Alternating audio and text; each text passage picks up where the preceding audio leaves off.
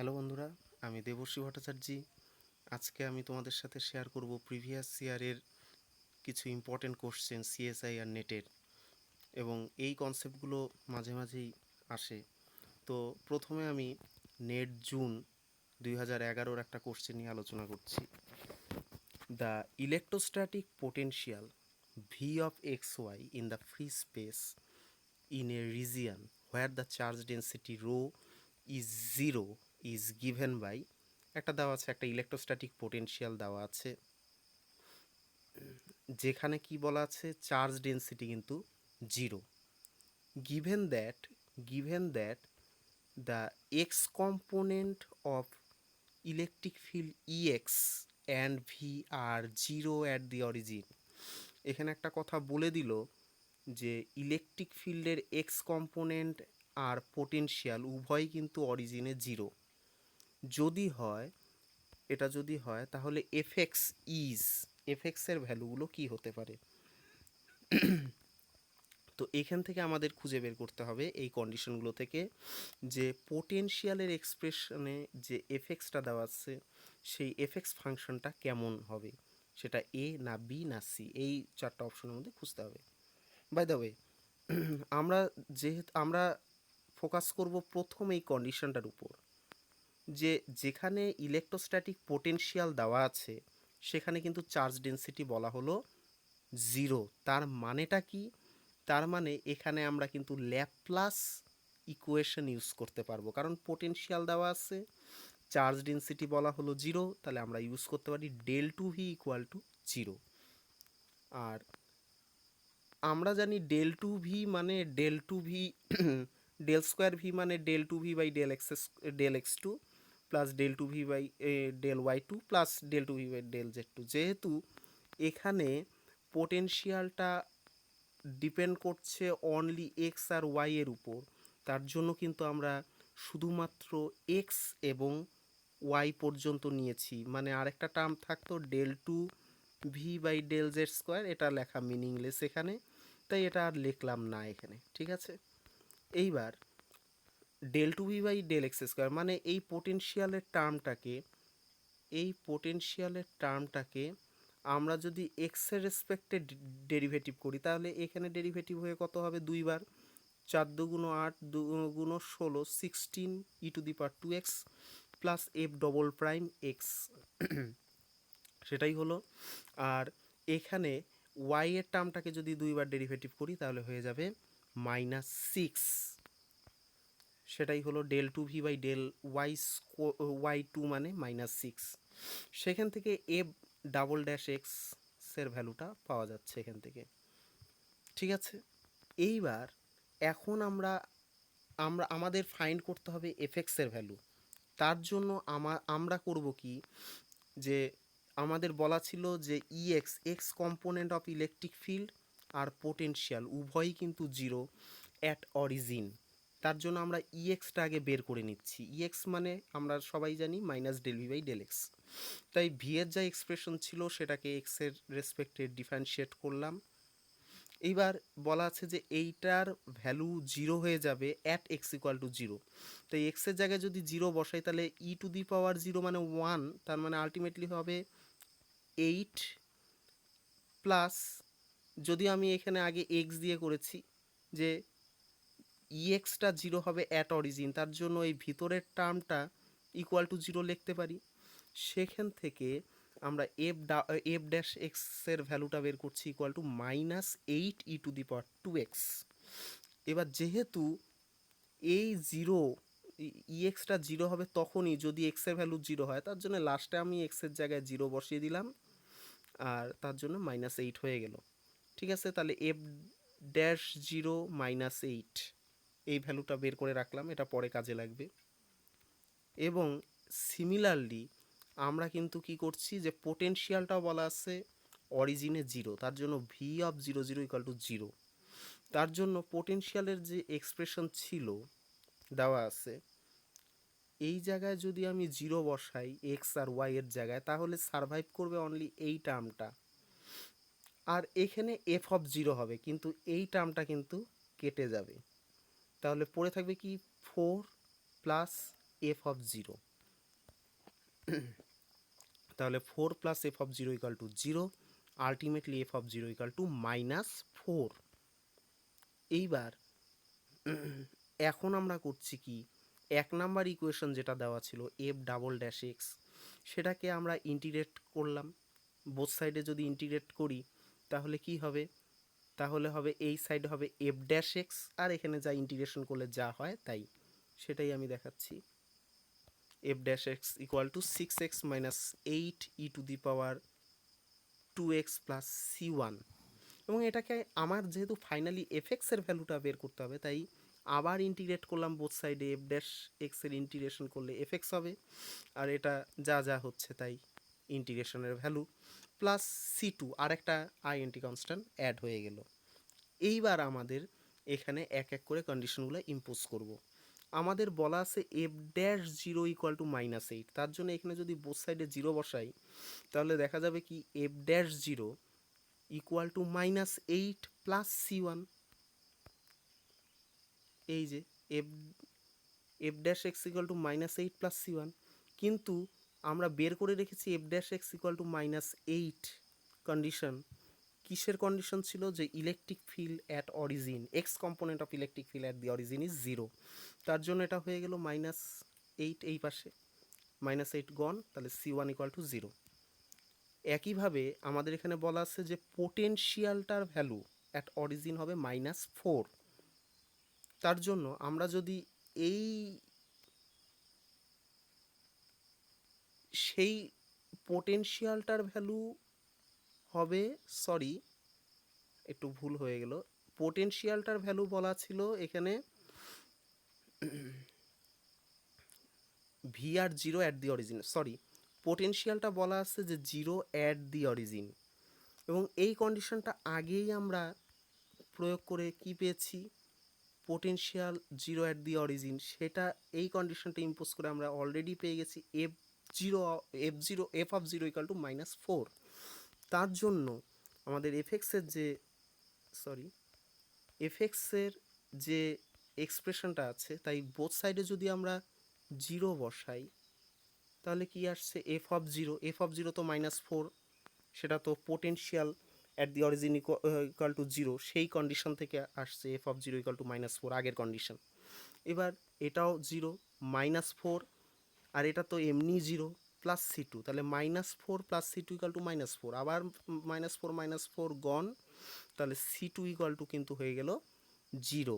তাহলে c1ও zero, c2 zero, তাহলে কি দেখা যাচ্ছে, c1ও যদি জিরো হয়, c2ও যদি জিরো হয়, তাহলে বেঁচে থাকবে খালি 3x² -4 E to the power 2x। তাহলে এফএক্সের এক্সপ্রেশনটা কিন্তু এটা হয়ে গেল। এবং এটা তোমরা দেখো ডি নাম্বারের যে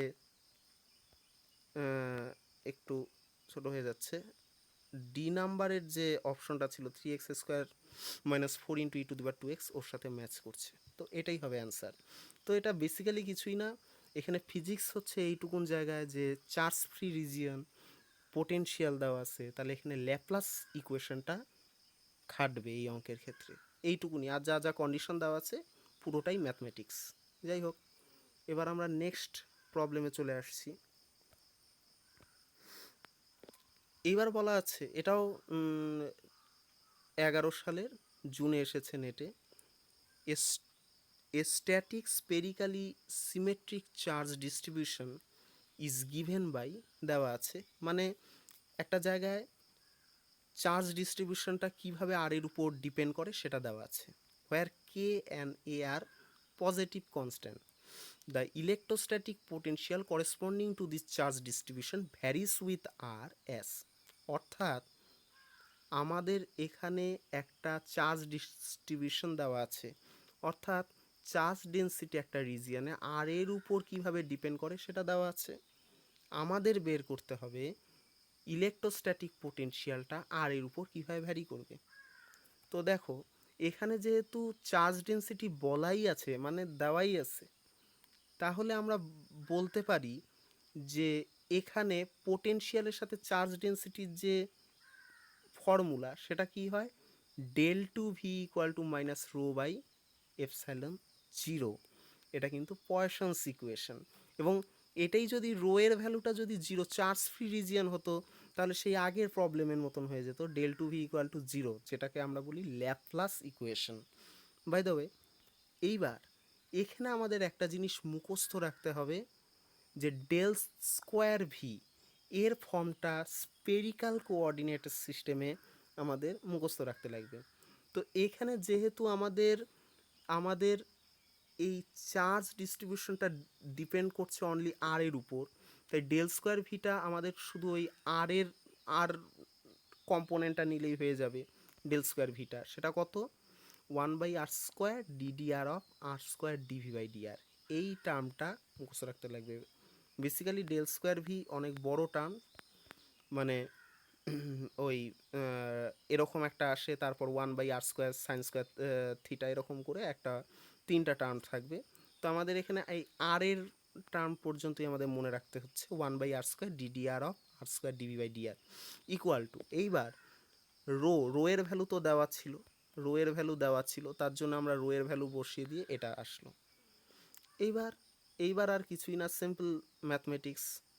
প্রথমে এখানে দেখা যাচ্ছে একটা r² আর এখানে আর একটা আর কাটবে, সেই আরটা এখানে গিয়ে গুণ হয়ে এটা হয়ে যাবে, নেগেটিভ সাইন তো থাকবেই।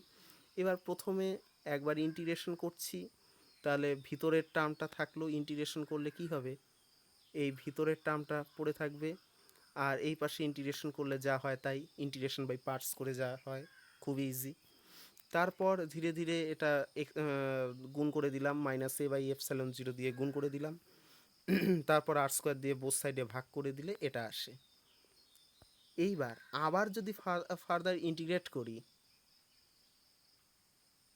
তাহলে কি আসছে, ভি dv/dr এর ইন্টিগ্রেট করলে হয়ে যাবে ভি, আর এদের ইন্টিগ্রেশন হবে, এর ইন্টিগ্রেশন হবে। খুব সাবধানে এখানে ইন্টিগ্রেশন, খালি ম্যাথমেটিক্স আর কিছুই না এই জায়গায়। আর এখানে একটা আইএনটি কনস্ট্যান্ট দেওয়া হলো।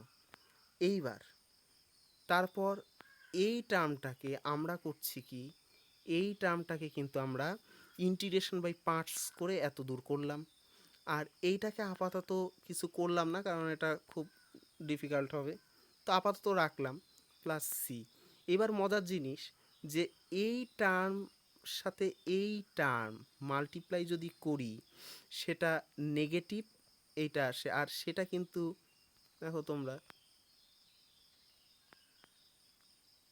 এই টার্মের সাথে এই টার্ম যদি মাল্টিপ্লাই করলে হুবহু এই টার্মটা চলে আসবে, এখানে আছে প্লাস সাইন আর এর হয়ে যাবে প্লাস মাইনাসে মাইনাস সাইন, তার জন্য এই দুটো টার্ম কিন্তু কেটে যাবে।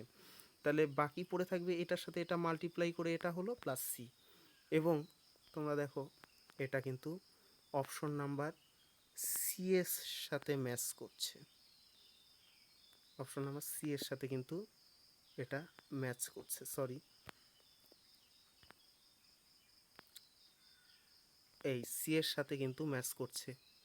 মাইনাস, তার মানে পোটেনশিয়ালটা আর এর উপর কিভাবে ভ্যারি করবে বলা ছিল, তো আমরা দেখছি যে আর এর ফাংশন এইটুকুনের মধ্যেই সীমাবদ্ধ, তাহলে e⁻k/r/r, তাহলে 1/r e⁻k/r, এইভাবে একটা অপশন বলা ছিল, তাহলে B number option is correct. এবার আমরা নেক্সট আরেকটা প্রবলেমে চলে আসছি, আজকে লাস্ট প্রবলেম। এখানে বলা আছে কি, এখানে বলা আছে যে a static charge distribution, a static charge distribution give rise to an electric field of the form, মানে এখানে একটা ইলেকট্রিক ফিল্ড দেওয়া আছে, আর এই ইলেকট্রিক ফিল্ড তৈরি হয়েছে স্ট্যাটিক চার্জ ডিস্ট্রিবিউশনের জন্য, তার মানে ইলেকট্রোস্ট্যাটিক প্রবলেম এটা একটা। where alpha and r are positive constant, the charge contained within a sphere of radius r centered at the origin is। এইবার ইলেকট্রিক ফিল্ডের সাথে কিন্তু যখন ইলেকট্রিক ফিল্ডটা এরকমভাবে আর এর উপর ডিপেন্ড করবে, তখন কিন্তু আমরা ইলেকট্রিক ফিল্ডের সাথে ডাইরেক্ট চার্জের রিলেশন এইভাবে বের করতে পারবো না।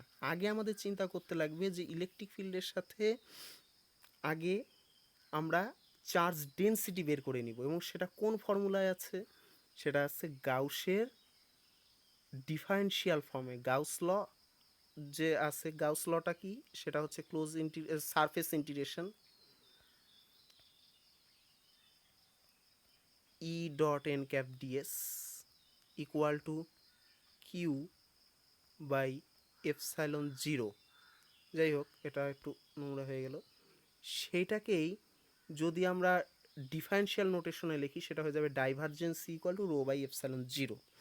এখানেও একটা জিনিস, ডাইভারজেন্সি মানে divergence of any vector, suppose divergence of A, এটাকেও কিন্তু স্ফেরিক্যাল পোলার কোঅর্ডিনেট সিস্টেমে ভাঙলে কী হয় সেটাও মনে রাখতে লাগবে।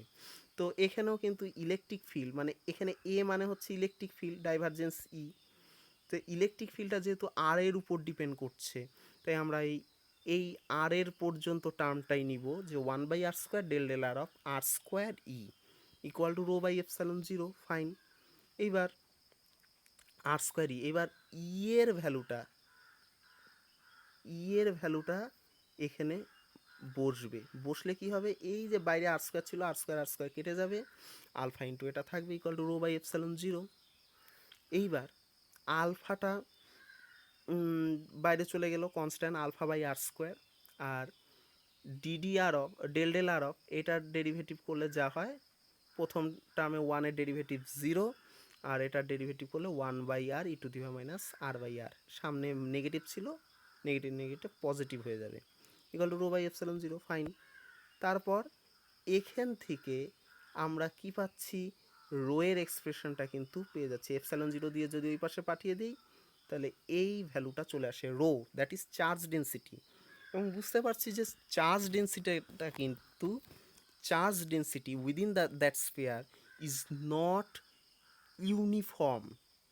মানে চার্জ ডিস্ট্রিবিউশনটা স্ফিয়ারের ভিতর যে চার্জ ডিস্ট্রিবিউশন, সেটা কিন্তু ইউনিফর্ম না। যদি ইউনিফর্ম থাকতো, তাহলে total charge Q equal to rho into V, where V is the volume of the sphere. এবং সেটা কত, 4 বাই সরি, এবং সেটা কত হতো, তখন কিন্তু আমাদের একদম সিম্পল ফর্মুলা হতো Q equal to rho into V, যেখানে V equal to 4/3 pi R Q হতো। কিন্তু যেহেতু এখানে রো চার্জ ডেন্সিটিটা আর এর উপর ডিপেন্ডেন্ট, ঠিক আছে, মানে কনস্ট্যান্ট না, তার জন্য আমাদের টোটাল চার্জ বের করতে হলে রো এর ইন্টিগ্রেশন করতে হবে, integration rho over dV, where dV is the volume, where dV is the volume of the sphere. এবার কী করবো, রো এর এক্সপ্রেশনটা বসিয়ে দিলাম, আর ডিভি, ডিভি কত হবে, 4πr² dr। এবার এখান থেকে r² কাটলো, সিম্পল ম্যাথমেটিক্স, এবং পড়ে থাকলো খালি এইটুকুন টার্ম।